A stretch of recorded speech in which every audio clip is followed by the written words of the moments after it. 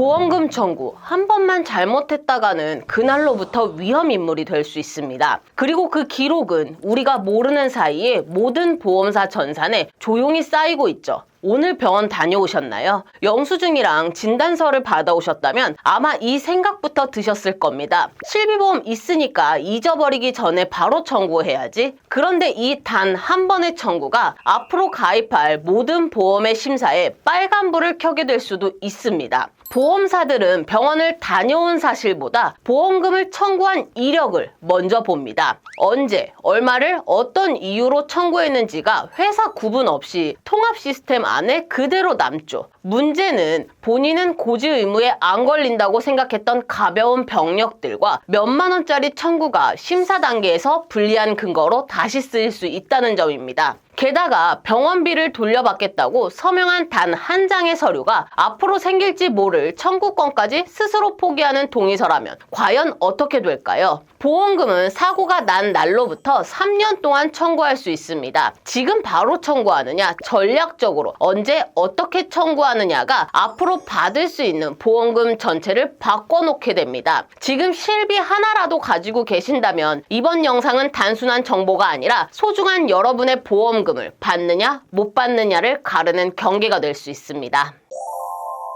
안녕하세요. 항상 여러분들을 위해 공정하고 정확하게 보험 내용을 전달해드리는 9년차 보험 전문가, 여러분의 든든한 보험 친구, 공정한 보험의 대표 한혜정입니다. 먼저 질문 한 가지를 드리면서 오늘 영상을 시작해 보겠습니다. 혹시 지금 영상을 시청하고 계신 분들 중에 아직까지도 실비, 즉 실손보험 가입을 하지 않으신 분들이 계신가요? 아마도 꽤 드물 것이라고 생각되는데요. 간혹 보험 상담을 하다 보면 어떤 분들은 보험이 전혀 필요 없다고 말씀하시면서 차라리 그 돈으로 저축을 하는 게 훨씬 낫다고 생각하시는 경우도 있습니다. 심지어 우리나라 국민 중 많은 분들이 가입하고 있는 실비보험마저도 불필요하다고 여기시는 분들도 종종 만나 뵙곤 하는데요. 하지만 실비보험은 우리 생활에서 워낙 중요한 부분을 차지하고 또 그만큼 다양한 혜택을 제공하다 보니 현대사회에서는 실비보험 없이 살아가는 분들을 찾아보기가 정말 어려울 정도인 것이 현실이죠. 이런 상황에서 혹시 여러분은 왜 실비보험이 그렇게 중요한지에 대해 깊이 생각해 보신 적 있으신가요? 그래서 공정한 보험에서 여러분의 궁금증을 해소해 드릴 만한 흥미로운 자료를 한번 준비해 보았습니다. 이 자료에 따르면 우리나라 보험 회사들이 실비보험으로 인해 매년 조 단위의 손해를 보고 있다는 사실을 알 수 있습니다. 언뜻 들으면 보험회사가 손해를 본다는 것이 우리 소비자에게 어떤 의미일까 싶으시죠? 역설적으로 해석해 본다면 이는 우리 소비자분들이 보험사로부터 그만큼 많은 혜택을 받고 있다는 말이 되는데요. 다시 말해 우리가 병원에서 사용한 의료비의 대부분을 되돌려 받을 수 있는 실비보험은 우리가 살아가는 동안에 정말 중요한 보험 중 하나이며, 이처럼 소중한 혜택을 제대로 받기 위해서는 그에 맞는 보험금 청구 과정 또한 반드시 꼼꼼하게 진행하셔야 한다는 점을 명심 또 명심해야 합니다. 하지만 무심코 보험금을 청구했다가 오히려 예상치 못한 큰 문제가 발생할 수도 있다는 사실 알고 계셨나요? 자칫하면 돌이킬 수 없는 상황에 직면할 수도 있습니다. 오늘 이 영상에서는 실비보험에 이미 가입하신 분들이라면 꼭 알아두어야 할, 그리고 확실히 숙지하셔야 할 핵심 내용들을 쏙쏙 뽑아서 이해하기 쉬우면서 자세하게 알려드릴 예정입니다. 실비보험은 우리가 병원에 입원했을 때 최대 5천만 원이라는 높은 금액까지 보장을 받으실 수 있는 보험이죠. 자기부담금을 제외하고 나면 거의 대부분의 의료 비용을 돌려받을 수 있기 때문에 많은 분들이 보험금 청구할 때도 매우 꼼꼼하게 진행하시는 것이 일반적입니다. 그런데 막상 실비보험금을 청구하려고 마음 먹었을 때 주변에서 이런저런 이야기들을 듣고 잠시라도 망설였던 경험은 없으신가요? 예를 들면 보험금 청구는 바로 하면 안 된다, 또는 청구 절차를 잘 모르고 하면 손해볼 수 있다와 같은 말들이죠. 실제로 보험금을 청구하는 과정에서 문제가 발생하는 경우는 크게 두 가지로 나눌 수 있습니다. 첫 번째는 치료를 받은 직후에 성급하게 바로 청구를 하는 것이고, 두 번째는 보험사의 요청에 따라 어떤 서류에 서명했는데 그것이 나중에 문제로 이어지는 경우입니다. 그렇다면 지금부터는 치료를 받은 직후에 곧바로 청구하는 것이 과연 왜 문제가 될 수 있는지에 대해 먼저 자세히 살펴보도록 하겠습니다. 우선 이 이야기를 들으시면 사실 조금 당황스러울 수도 있어요. 우리가 실비보험에 가입한 가장 큰 이유가 아프거나 다쳤을 때 보험금을 받기 위함인데, 그 보험금을 받기 위해 꼭 해야 하는 청구를 바로 하면 손해를 볼 수 있다는 이야기는 누구라도 당혹감을 느끼면서 살짝 황당하기까지 하고 기분 나쁘기까지도 할 내용이니까요. 그렇지 않나요? 그래서 제가 지금부터 보험금을 바로 청구하는 것이 왜 문제가 되는지, 그리고 손해를 보지 않고 현명하게 보험금을 청구하려면 언제 어떻게 해야 하는지에 대해 하나하나 자세하게 설명을 드려볼까 합니다. 우선 기본적인 실비보험 청구를 위해서는 준비해야 할 서류들이 있습니다. 바로 진료비 영수증과 진료비 세부내역서가 필요한데요. 이 두 가지 서류는 병원에서 모두 무료로 발급받으실 수 있습니다. 만약 외래통원이 아니라 병원에 입원을 하셨다면 입퇴원 확인서가 추가로 필요하고요. 수술을 받으셨다면 수술 확인서가 필요하게 됩니다. 청구하실 보험금 액수가 크거나 보험사에서 좀 더 자세한 확인이 필요하다고 판단할 경우에는 진단서를 요청하기도 합니다. 그런데 진단서는 발급하는데 비용이 발생하기 때문에 저는 늘 저의 소중한 고객님들께 발급 비용이 무료인 환자 보관용 처방전을 받아두시라고 강력하게 추천드리고 있습니다. 이 작은 팁이 여러분의 지갑을 지키는데 조금이라도 도움이 되었으면 좋겠어요. 앞서 다른 영상에서도 자세히 소개해드렸듯이 실비보험은 여러분이 언제 가입했는지에 따라 그 명칭과 자기부담금의 비율이 달라집니다. 좀 더 구체적으로 살펴보면 2009년 7월 31일까지 가입했던 실비는 흔히 1세대 실비라고 불리는데요. 이 1세대 실비는 통원 시에 자기부담금이 5,000원 혹은 10,000원 공제된 이후에 전체 금액을 보상해 주었으며, 이번 시에는 본인 부담금이 없다는 아주 큰 장점을 가지고 있었습니다.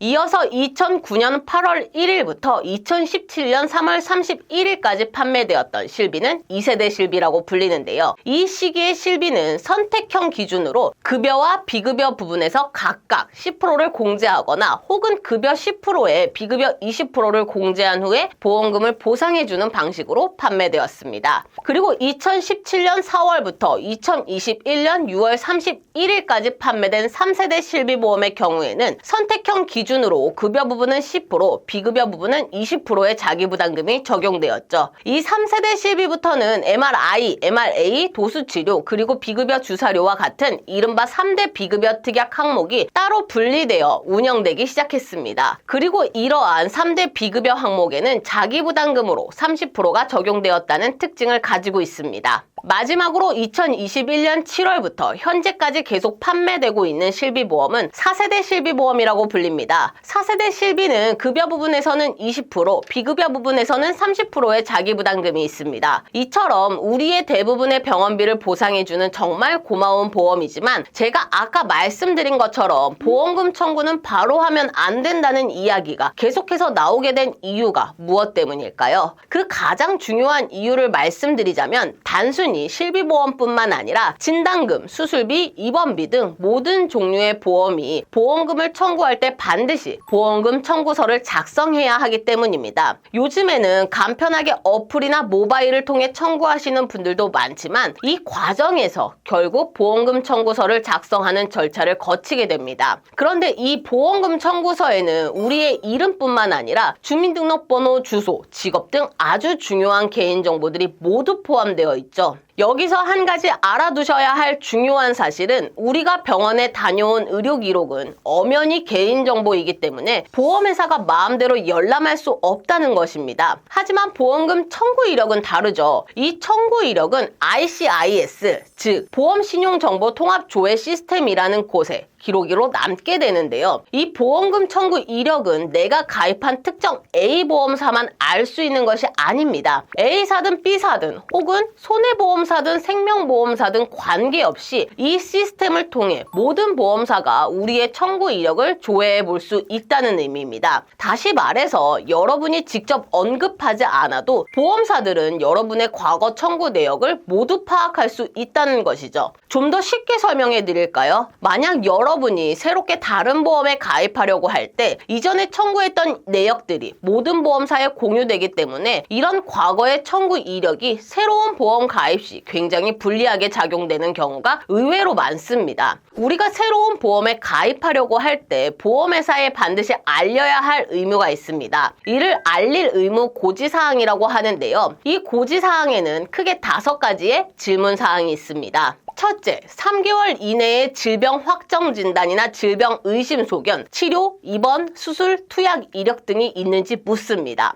둘째, 3개월 이내에 마약류, 혈압 강화제, 신경 안정제, 수면제, 각성제, 진통제 등을 복용한 사실이 있는지 물어봅니다. 셋째, 1년 이내에 진찰 또는 검사를 통해 추가 검사나 재검사 여부가 발생했었는지 확인합니다. 넷째, 5년 이내에 입원, 수술, 계속해서 7일 이상 통원 치료 또는 계속해서 30일 이상 투약한 이력이 있는지 묻습니다. 마지막으로 5째, 5년 이내에 11대 질병으로 진찰 또는 검사를 받은 이력이 있는지 확인하죠. 크게 이렇게 5가지를 물어보게 됩니다. 이러한 내용들은 보험사에 숨김없이 정확하게 알려야 할 고지 의무사항에 해당됩니다. 만약 이 알릴 의무사항을 제대로 알리지 않거나 고지사항을 위반한다면 심각한 경우 보험금 지급이 거절될 수도 있고 더욱 심각할 경우에는 보험계약 자체가 강제로 해지될 수도 있습니다. 여기까지는 많은 분들이 이미 잘 알고 계시는 내용일 텐데요. 그런데 문제는 바로 여기서 발생합니다.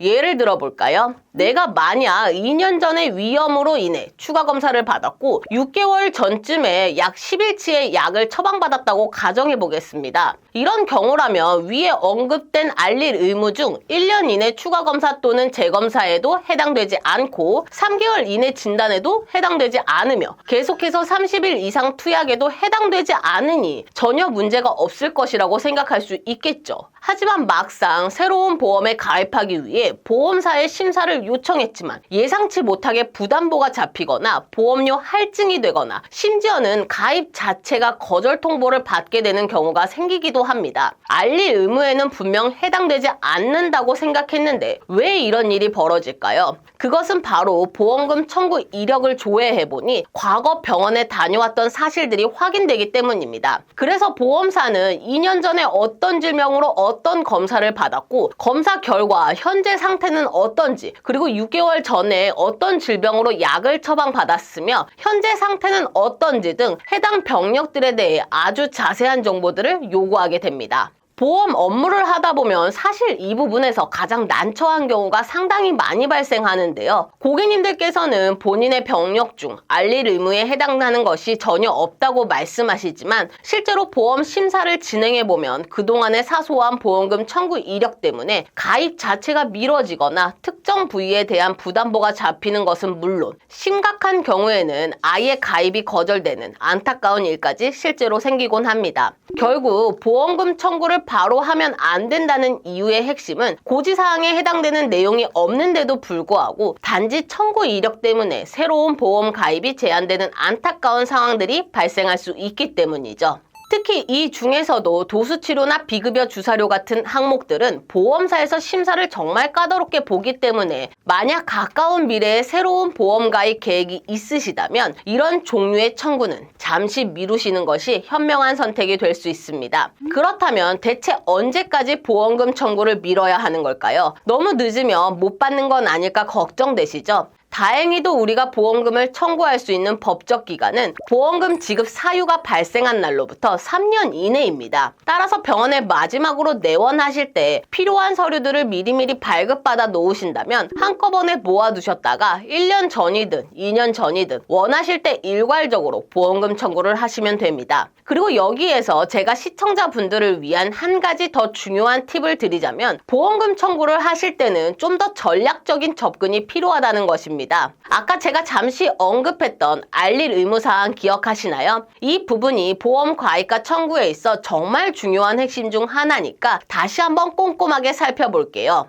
만약 우리가 병원에 입원해서 치료를 받거나 혹은 수술을 받게 되는 큰 의료 행위를 경험했다면 이는 알릴 의무 항목 중 4번에 명확히 해당이 됩니다. 이런 경우에는 사실 보험금을 바로 청구하든 안 하든 어차피 보험사에 알려야 하는 고지 대상이 되기 때문에 치료를 마친 후에 곧바로 보험금 청구를 하셔도 전혀 문제가 없습니다. 그리고 또 다른 예로 병원에서 혈압이 높다는 진단을 받고 고혈압으로 약을 처방받게 된 경우도 있죠. 이 또한 5번 항목에 해당되기 때문에 역시 치료 후 즉시 보험금을 청구해서 마땅히 받아야 할 보험금을 수령하시면 되는 부분입니다. 이러한 경우에는 굳이 보험금 청구를 미루면서 걱정하실 필요가 전혀 없는 거예요. 그런데 여기서 정말 집중하셔야 할 부분이 있습니다. 바로 1번 3개월 이내의 의료행위, 2번 3개월 이내의 약물 복용, 그리고 3번 1년 이내의 추가검사 및 재검사, 이 세 가지 항목인데요. 이 부분이 바로 전략적인 보험금 청구가 필요한 핵심이라고 할 수 있습니다. 다시 한번 이해하기 쉽게 예를 들어볼까요? 실제로 제가 2개월 전에 감기 몸살로 병원에 다녀와 약을 처방받았는데요. 이 경우 알릴 의무 1번과 2번에 해당되어 당장은 보험 가입에 어려움이 있습니다. 하지만 단 한 달만, 그러니까 알릴 의무 고지사항에 해당되는 기간, 즉 3개월이 완전히 지나기까지 딱 한 달만 기다린다면 어떨까요? 이처럼 고지사항에서 벗어날 때까지 잠깐만 기다린다면 추가적인 문제 없이 새로운 보험에 원활하게 가입할 수 있게 되는 것이죠. 정말 놀랍지 않나요?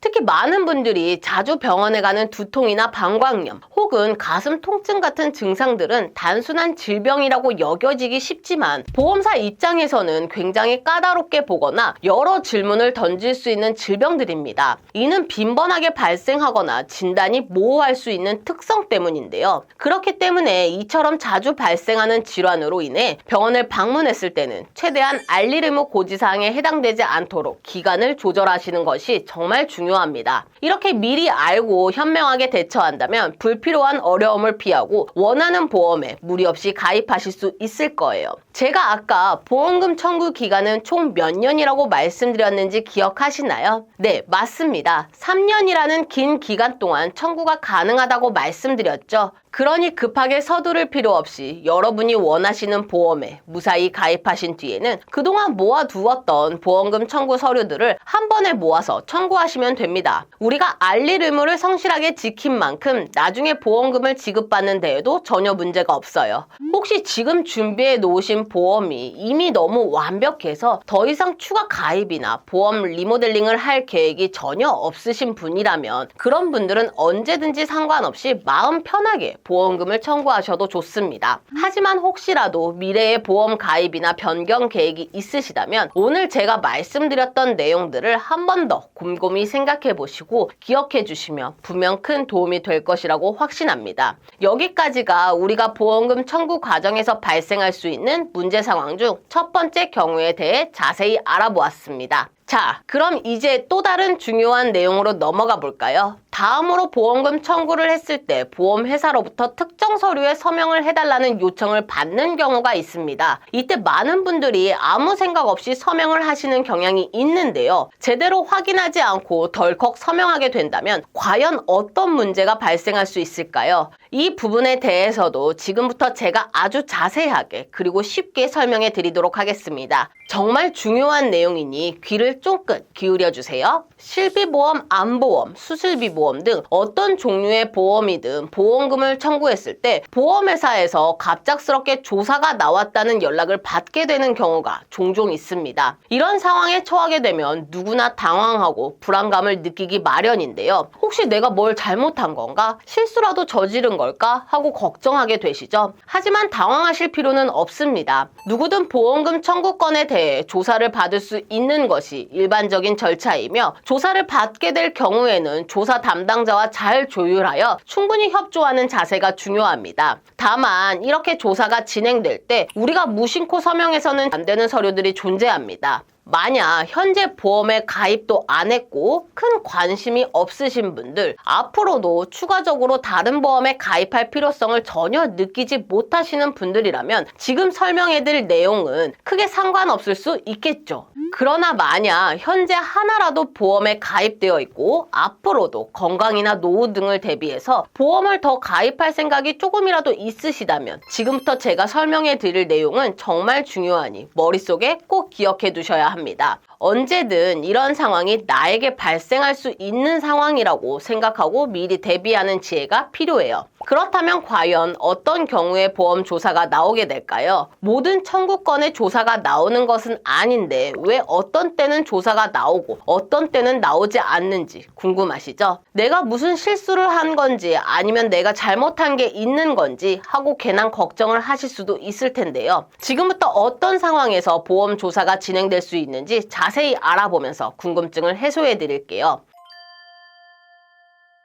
보험사는 보험금 지급을 심사하기 위해 반드시 필요한 서류들을 요청하게 되는데요. 예를 들어 어떤 질병으로 진단을 받았는지, 어떤 치료를 받았는지, 그리고 현재의 몸 상태는 어떤지 등을 확인하기 위한 서류들이죠. 만약 이러한 필수 서류들을 정당한 이유 없이 제출을 거부한다면 보험사는 지급 심사가 어렵다고 판단하여 추가적인 조사를 진행할 수도 있습니다. 그러니 특별한 이유가 없다면 요청하는 서류는 성실하게 제출하는 것이 좋습니다. 두 번째는 첫 번째 내용과 연결되는 부분이기도 한데요.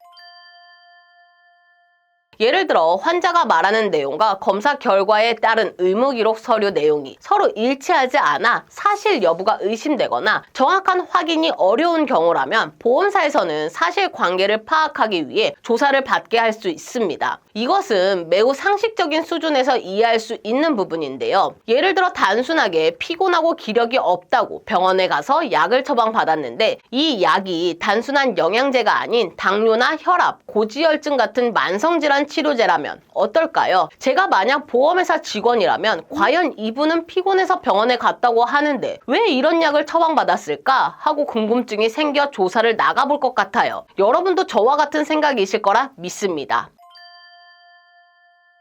예를 들어 흔한 감기 증상으로 병원에 다녀왔는데 청구된 진료비가 25만 원이라는 비정상적으로 높은 금액이라면 보험사 입장에서는 당연히 의문을 가질 수밖에 없겠죠. 이런 경우에도 사실 여부를 확인하기 위해 조사가 진행될 수 있습니다. 네 번째는 과잉 의료행위가 의심되는 경우나 혹은 이러한 과잉 의료행위가 빈번하게 적발되는 특정 의료기관에서 치료를 받고 보험금을 청구한 경우라면 이 역시 조사를 받을 수 있습니다. 보험사에서는 데이터 분석을 통해 문제가 있는 의료기관을 파악하고 있기 때문에 이런 곳에서 치료받은 청구권은 더욱 면밀히 검토하게 되는 경향이 있습니다. 그러니 병원 선택 시에도 우리는 주의를 기울이는 것이 좋겠죠. 이 외에도 고의든 실수든 고지의무 위반이 의심되거나 혹은 실제 위반 사실이 확인될 경우 또는 보험 가입 후 얼마 지나지 않아 고액의 보험금 청구가 진행되는 경우라면 조사를 받을 확률이 굉장히 높아지게 됩니다. 보험금 조사는 보통 보험금 청구를 마친 후에 조사자가 배정되었다는 연락을 받게 되는 시점부터 시작되는데요.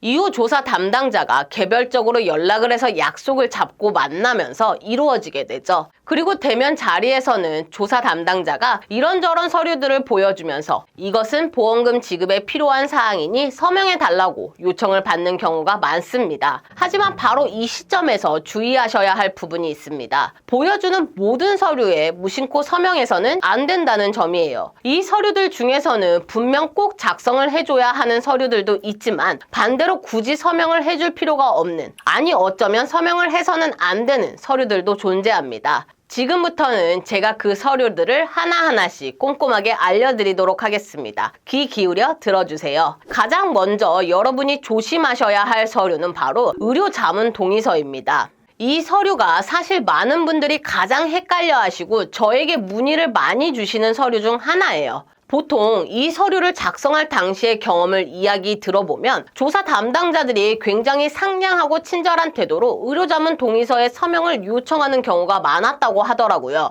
보험금 청구를 위한 필수적인 과정이라고 설명하니 많은 분들이 큰 의심 없이 그 서류에 서명을 해주시곤 하십니다. 하지만 잠시 멈춰서 생각해봐야 합니다. 이 의료자문 동의서라는 것이 무엇이냐 하면 내가 치료받았던 병원의 주치의가 아닌 전혀 다른 의료기관에 소속된 의사에게 나의 질병이나 치료에 대한 의학적 소견을 받아보겠다는 내용입니다. 고객의 입장에서는 아무래도 뭔가 좀 불안하고 찜찜한 기분이 들 수 있겠죠. 내 몸 상태를 잘 알지도 못하는 다른 의사에게 왜 소견을 들어야 하지? 하고 말이에요. 그렇다고 해서 이 의료자문 요청을 무조건적으로 거부해서도 안 됩니다. 왜냐하면 보험회사 역시 보험사고의 사실관계를 정확히 파악하고 지금 여부를 판단하기 위해 의학적 자문과 같은 조사 과정을 진행할 정당한 권리가 있기 때문입니다. 이런 상황에 놓이셨다면 아래와 같이 현명하게 대처하는 방법을 꼭 기억하셔야 합니다. 무작정 거부하거나 무작정 서명하는 것이 아니라 합리적인 합의를 통해 지혜롭게 대처하는 것이 핵심이에요. 먼저 조사 담당자에게 내가 왜 의료자문을 받아야 하는지 그 구체적인 사유를 명확하게 물어보세요. 만약 그 사유가 듣기에도 충분히 합리적이고 타당하다고 판단된다면 그때는 자문 진행에 동의하셔도 무방합니다. 혹은 다른 방법도 있어요. 우리의 몸 상태를 가장 잘 알고 있는 주치의 선생님께 추가적인 소견서를 받아서 보험사에 제출하겠다고 합의를 하시는 것도 하나의 현명한 방법이 될 수 있습니다. 이렇게 하면 나의 주치의가 나의 상태를 대변해주기 때문에 훨씬 안심할 수 있겠죠. 하지만 만약 보험회사 측에서 그렇게는 안 된다, 무조건 다른 의사의 소견이 필요하다라고 강력하게 주장한다면 어떻게 해야 할까요? 걱정 마세요. 이럴 때를 위한 또 다른 효과적인 대응 방법이 있습니다. 제가 지금부터 그 방법에 대해 알려드릴게요. 바로 동시감정 제도를 적극적으로 요구하는 겁니다. 이 제도가 생소하게 들리실 수도 있겠지만 여러분의 권리를 지켜줄 수 있는 아주 강력한 방법이에요. 우리가 오랫동안 꾸준히 다녔던 병원은 아무래도 심리적으로 안정감과 신뢰가 느껴지지만 보험회사가 갑자기 제안한 낯선 병원은 뭔가 불안한 마음이 들 수 있잖아요. 그래서 동시감정 제도는 바로 이런 불안감을 해소하고 공정성을 확보하기 위해 만들어진 제도라고 할 수 있습니다. 이 제도는 본인, 즉 피보험자와 보험회사가 함께 제3의 객관적인 상급병원에서 나의 질병이나 상해에 대한 의학적 감정을 받아보는 것을 의미합니다. 즉, 내가 다니던 병원도 아니고 보험사와 연계된 병원도 아닌 말 그대로 중립적인 의료기관의 판단을 구하는 것이죠. 우리는 이 제도를 보험회사에 당당하게 요청할 수 있습니다. 그리고 더욱 반가운 소식은 이 경우에 발생하는 모든 감정 비용은 보험회사에서 전액 부담하니 경제적인 부분에 대해서는 전혀 걱정하지 않으셔도 된다는 거죠. 정말 좋은 제도 아닌가요? 이렇게 동시 감정 제도를 활용해서 내가 다니던 병원이나 보험회사에 연계된 병원이 아닌 정말 중립적인 제3의 병원에서 전문가의 자문을 받게 된다면 아무래도 어느 한쪽에 치우친 결과가 아니라 좀 더 객관적이고 정확한 감정을 받을 수 있게 됩니다. 혹시나 미래에 이런 어려운 상황이 여러분에게 발생한다면 이 동시감정 제도를 꼭 기억하셔서 상황에 맞는 현명한 대처를 하시면 정말 좋을 것 같아요. 이 팁 하나만으로도 나중에 큰 도움이 될 수 있을 겁니다.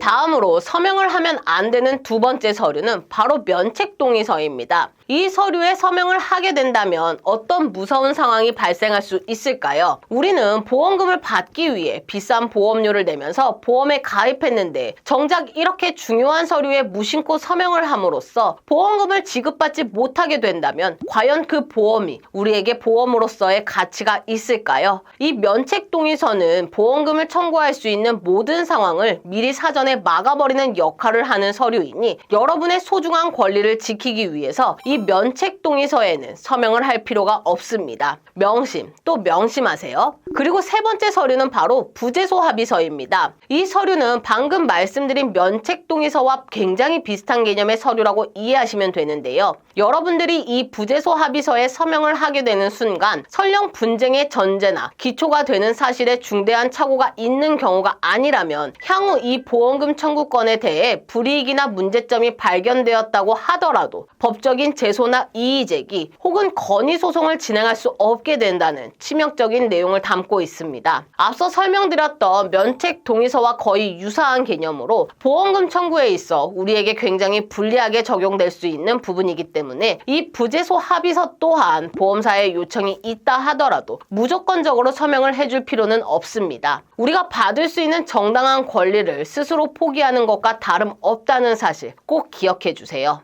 그리고 네 번째로 보험 조사 과정에서 보험사 직원들이 건강보험공단 자료를 요청하는 경우가 있습니다. 조사 담당자들은 대개 보험금을 신속하게 지급해 드리기 위해 필요한 서류이니 빨리 서명해 달라고 말하고 요청하죠. 하지만 이 서류에 서명을 하게 되는 순간 보험회사에서는 우리가 지난 몇 년간 청구를 진행했던 내용뿐만 아니라 아주 사소한 이유로 단순하게 병원에 다녀왔던 내용부터 심지어 어디에서 어떠한 약까지 처방받았는지를 전부 빠짐없이 알게 됩니다. 물론 고의적으로 고지 의무를 위반했다면 이 자료들이 문제가 될 수 있겠지만 만약 그렇지 않은 상황에서 무심코 요청에 따라 서류에 서명하게 된다면 보험금 청구에 불리하게 적용될 수 있는 치료 이력이 나오거나 혹은 청구 내용과는 전혀 별개인 다른 건강상의 이유로 뜻하지 않게 골치 아픈 상황이 발생할 수도 있다는 점을 꼭 염두에 두셔야 합니다. 여러분의 소중한 개인 의료 정보가 무방비하게 공개될 수 있는 위험이 있는 만큼 이 서류에 대한 서명은 매우 신중하게 결정하셔야 하겠죠.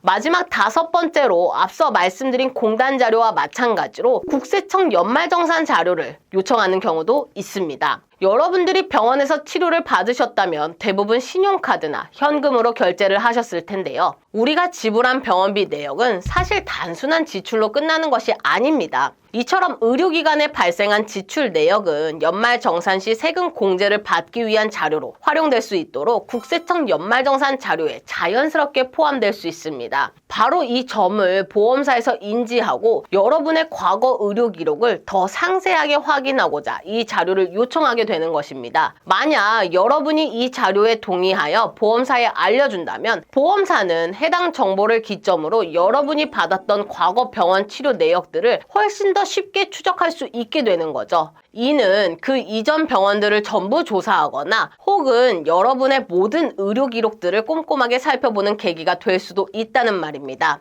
즉 연말정산 자료를 통해 드러난 특정 병원 방문 기록을 바탕으로 그 이전의 다른 병원 방문 기록까지도 심층적으로 파고들어 모든 의료 행위를 확인하려 들 가능성이 커지게 되는 것이죠. 개인의 의료 정보는 굉장히 민감한 부분인데 이렇게까지 깊이 들여다보게 되는 빌미를 제공하는 것이 과연 현명한 선택일까요? 시청자 여러분들이라면 어떤 선택을 하시겠어요? 지금까지 제가 여러분께 말씀드렸던 의료자문동의서, 면책동의서, 부제소 합의서, 그리고 건강보험공단 자료와 국세청 연말정산 자료 요청과 같은 서류들은 엄밀히 말해 여러분이 보험금 청구를 위해 필수로 서명해야 하는 서류들이 아닙니다. 여러분의 권리를 최대한 보호하고 미래에 발생할 수 있는 잠재적인 불이익을 예방하기 위해서는 이러한 서류들에 대해서는 동의를 하지 않거나 서명을 하지 않으시는 것을 강력히 추천드려요. 이는 여러분의 소중한 정보를 지키는 가장 현명한 방법이라고 생각합니다.